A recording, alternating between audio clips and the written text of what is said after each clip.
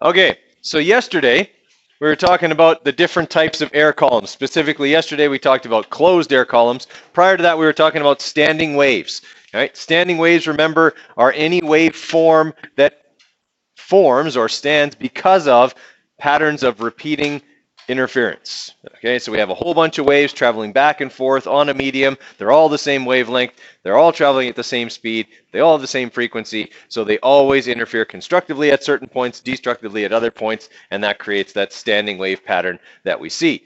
All right, that can happen with longitudinal waves inside a resonating tube of air. Right, and I showed you that yesterday with the resonance tube. Okay, and we got it to resonate at certain points, and we calculated the speed of sound using the information we got from that. Okay, so remember that for closed air columns, okay, we get reflection off the closed end, and then we get a standing wave that forms inside. We could get any one of these standing wave patterns depending on the length of the tube and the frequency of the sound that we are using. Okay, the first sound that we would hear would be produced by that waveform. How many wavelengths are in the tube there? 1/4 of a wavelength, right, which is where this formula comes from. Okay, for the first or the fundamental frequency that we hear from that tube, lambda equals 4 times the length of the tube, because there's only 1/4 of a wavelength in the tube. Is that ringing a bell for everybody? Right. The other thing we have to remember about closed air columns is they will only resonate and make sound at odd numbered frequencies. Okay, which is why they are less useful as a musical instrument. They don't have as wide a range of frequencies that they can produce. Okay, because at all of the even numbered frequencies, okay, we get waveforms that have antinodes at the top, and an antinode is where there's destructive interference and thus no sound. Everybody all right with that? Remember that from yesterday. Okay, so now we're going to look at open air columns. Open air columns are open at both ends, right? So most of our musical instruments are open air columns, okay? At least our wind instruments are. So they're open at both ends. Most of the reflections occur within the tube, basically off the sides of the tube, okay? Our first standing wave pattern that forms is this one, right? How many wavelengths are in the tube for this one?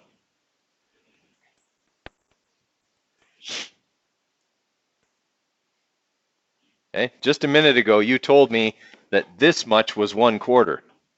So how much is in here? A half. Okay, there's half a wavelength in there, right? If we were to put this end to end, it would look like this. Right? It would be half a wavelength. A full wavelength looks like that. Okay, so in the first standing wave pattern that forms in here is 1/2 of a wavelength. And then this would be how many wavelengths for the second form? 1 full wavelength. And this would be 1.5, 2, 2.5, and so on. Right? So it goes up by a half instead of up by a 1/4 every time. Okay, like the closed air column did. Right? So for our fundamental frequency, okay, that's the first sound that we would hear in this open air column. Lambda is twice the length of the tube because, as we said, there's half a wavelength in the tube at that point. All right. Questions on how that works? Basically, it's basically very similar to closed air columns, except that the formula is a bit different. Okay. All right, so let's go over a couple of examples of this. All right, so for our first one here, we have a tuning fork that has a frequency of 384 hertz. Okay, so they tell us F. Okay, held above an air column, just like I did yesterday. As the column is lengthened, a closed pipe resonant point is found. All right, so is this an open or closed air column? Closed. All right, so then we know that lambda equals 4L, okay, because we're dealing with a closed air column. It's found when the length of the air column is 0.675 meters. All right, so the length of the column is 0.675 meters. Okay, what are the possible wavelengths for this data? If the speed of sound is known to be slightly greater than 300, what's the actual wavelength? This is much wordier and tougher than I would ever give you one, but okay, let's set this up. If they're telling us the speed of sound is around this number, can I calculate what the wavelength should be? Right, I have frequency. They're telling me about what the speed of sound is. Can I calculate approximately what the wavelength should be? Okay, so I'm going to calculate wavelength. okay, V over F, so 300 divided by 384.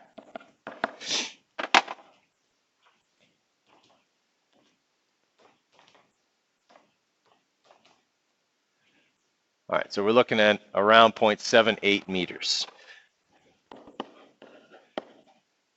Okay, so if we're looking at this air column, what they're wanting us to decide is this waveform in the tube, or is this waveform in the tube, or maybe even it's this one.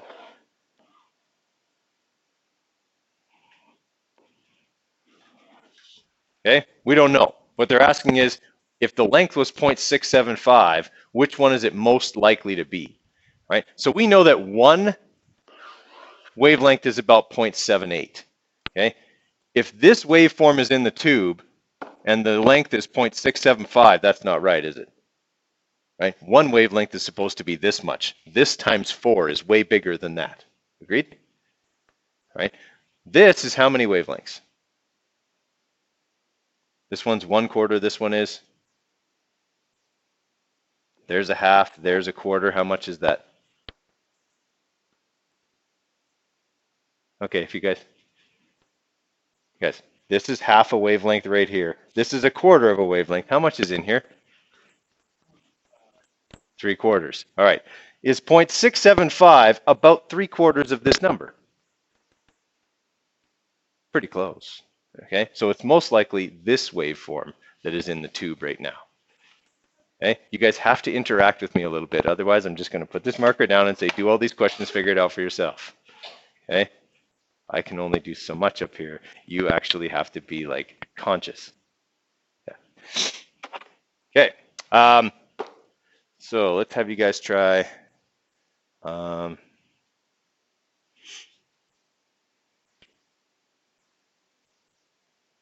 No, I don't like any of those.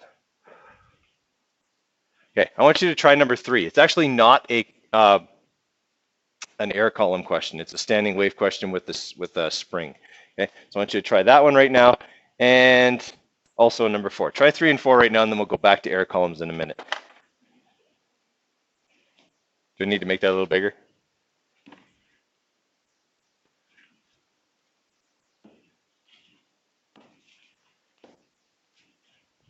Okay, let's have a look at number 3.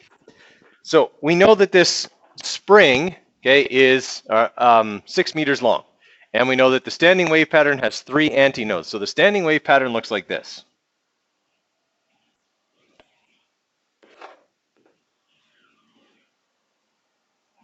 Except it's not that bad, like that one antinode's not way bigger than the others. Okay, so it's got 3 antinodes, and we know that this is 6 meters.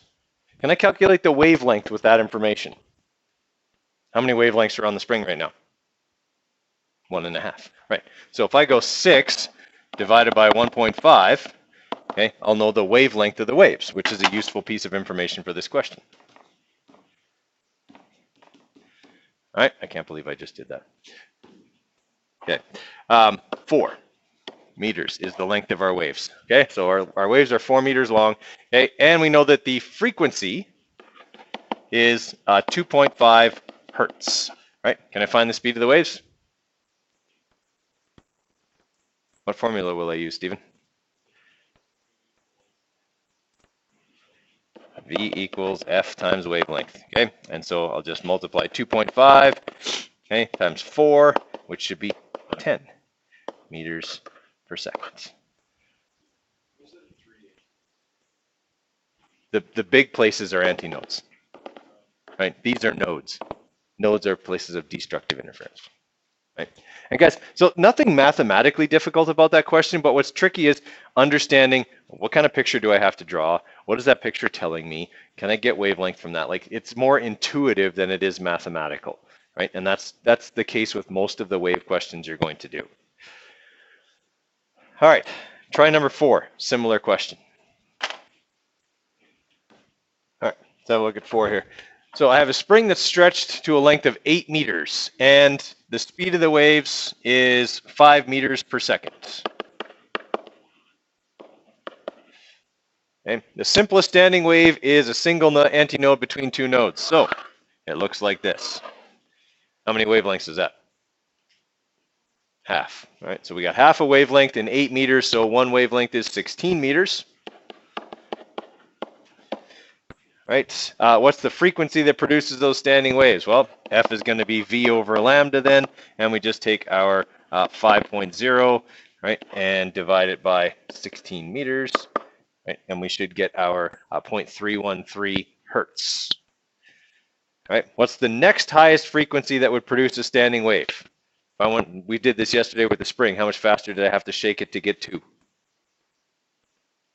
2 times as fast, right? It's F2, right? It's F1 and F2, right? And that's the same for all standing waves. The second frequency that produces a standing wave pattern is twice that of the first, okay? The third frequency that produces a standing wave is 3 times greater than the first, and so on, right? So true for standing waves, true for air columns, all of it. All right, so what I want you guys to do is try a couple of the ones from my worksheet. The first bunch are closed, and then the second bunch are open. So maybe go, maybe alternate on here. Okay, so maybe do like 1, and then go down to the first open one, which is 8. So do 1, then 8, then 2, then 9. That way you're doing a closed, and then open, and a closed, and then an open. All right, so give those ones a try. Okay, I'll go over number 1 here in just a few minutes. It's exactly like the one I did as an example yesterday. So we have a closed air column. So as soon as they say closed, we know that this is the formula that we're going to have to use. Lambda is 4 times the length of the tube. Okay, it's resonating at its fundamental frequency of 256 hertz. All right. What is the length of this air column if the speed of sound is 343 meters per second? All right. What can I find if I have V and F? I can find wavelength. Will wavelength help me find the length of the tube? Okay, so that's what I've got to do. All right, so lambda is going to be V over F, so 343 divided by 256.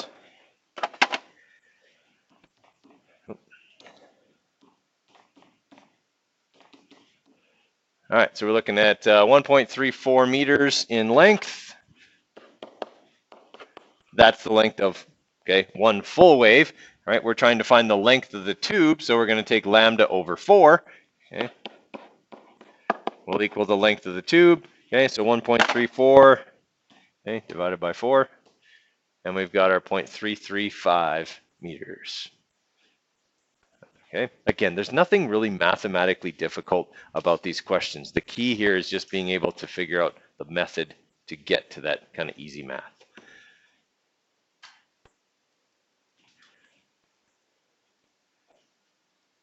All right, keep her going there, guys. So 8 and 9 are on, or most of 9 is on there. Okay, so try 8, then go back to 2. Okay, I'll go over 8 here in a minute. Okay, so try 8 for right now. So the difference with number 8, obviously it's an open air column, right? So we know that for an open air column, lambda equals 2L, right? The fundamental frequency is, again, 256 hertz. Okay, what's the length of the air column if the speed of sound is 341 meters per second? So it's just like question number 1, except it's an open air column instead of closed, right? So we still have to find the wavelength.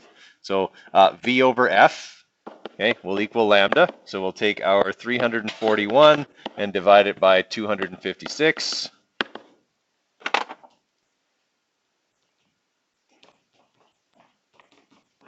All right, so there's our wavelength. And then, okay, we have to remember that for this one, lambda equals 2L, right? So lambda over 2 will give us the length of the tube. So we take our lambda and divide it by 2. So that was what we had here. All right, so we're looking at 0.666, which, ooh, that's bad luck. Okay, meters, okay, as our wavelength for that one.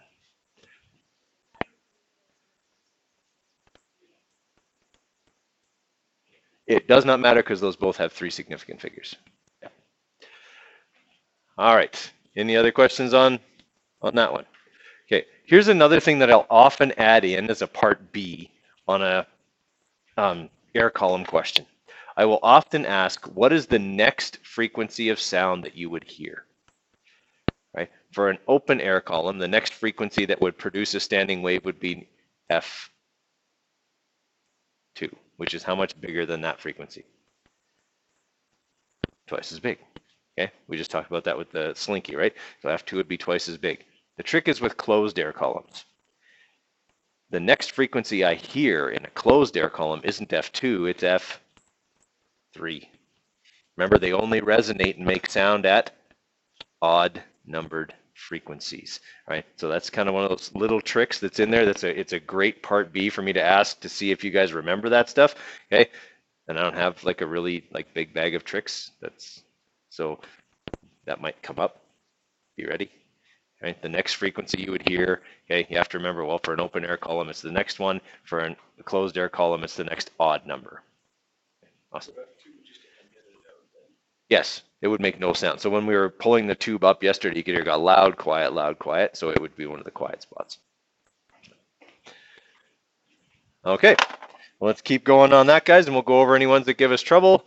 Okay, so let's do 2 and then 9, okay, and we'll kind of keep going back and forth like that.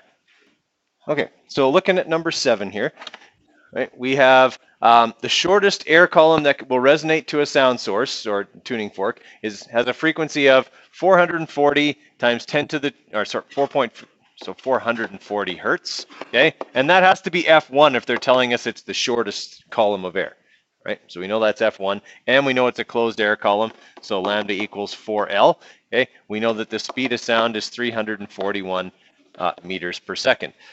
Okay, so we should be able to find the wavelength here, okay, and then we can use that to find the length, same as we did before. All right, so lambda is going to be V over F, so that'll be our 341 divided by 440.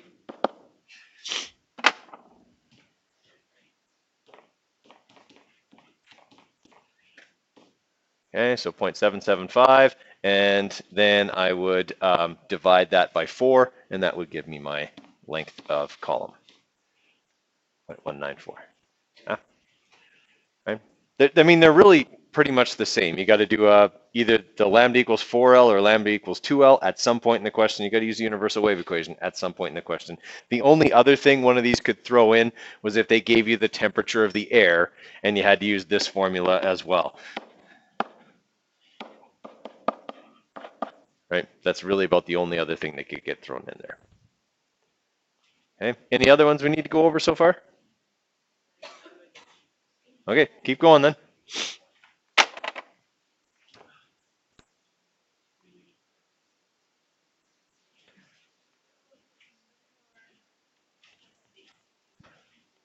All right, so number 3 is again closed air column. All right, so we know that lambda equals 4 times L. It's resonating with a fundamental frequency, so F1 is 384 hertz. What's the frequency of its third harmonic? Okay, I don't have to worry about this. The third harmonic is how many times greater than this number? It's okay. There's always, someone always asks about that question because it seems too easy. Okay? This seems too easy. All I'm asking is, do you remember that these only resonate at odd numbered frequencies? Yes, there would be a wave pattern at F2, but it doesn't make any noise. You wouldn't hear another wave pattern until F3. Okay, and F3 is 3 times greater than this, which is 1.15 times 10 to the 4. Okay. Any others giving us trouble? 4? All right, so we're looking for what's the fundamental frequency. So we're looking for F1, okay? They tell us the air temperature, so we'll have to do that calculation where we calculate the speed of sound, okay? We know the length of the air column is 22.0 centimeters, so 0.22 meters, okay? All right, so let's calculate speed of sound. We need that. So V equals 332 plus 0.6 times temperature. So 332 plus 0.6 times 20.